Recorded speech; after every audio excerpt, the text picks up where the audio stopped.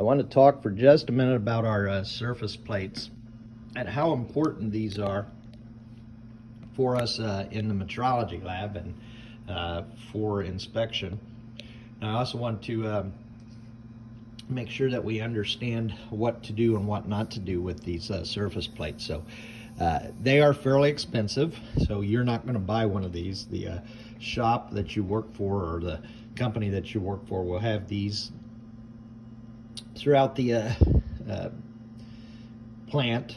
So this is about the smallest that you can get. It's a nice piece of rock here, and these are finely precision ground down, and these are super flat surfaces here, and it's very important for us to kind of take care of these and keep them in good functioning order. So we want to always kind of wipe them down and make sure that they're staying free of grit and dust and debris.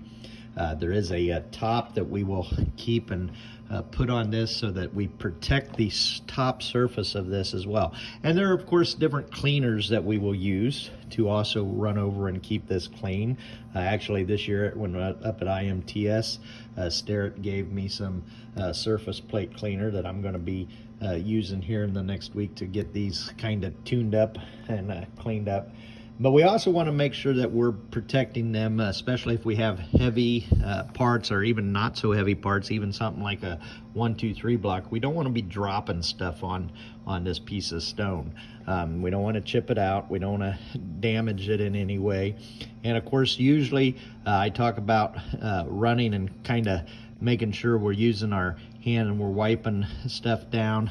In this case, before we attach the surface, we'll wipe the surface on, and how we kind of do the ringing process, or what we call the ringing process here as we use these and get these flat, so depending on which surface that we are wanting to use here. So make sure when you're using this, we want to keep it nice and clean.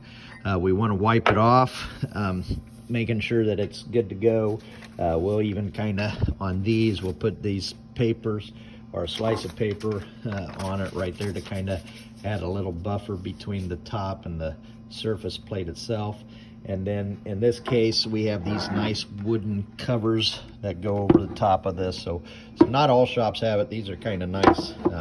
But make sure that you put the cover back on and keep these so that they stay in good working, functioning order.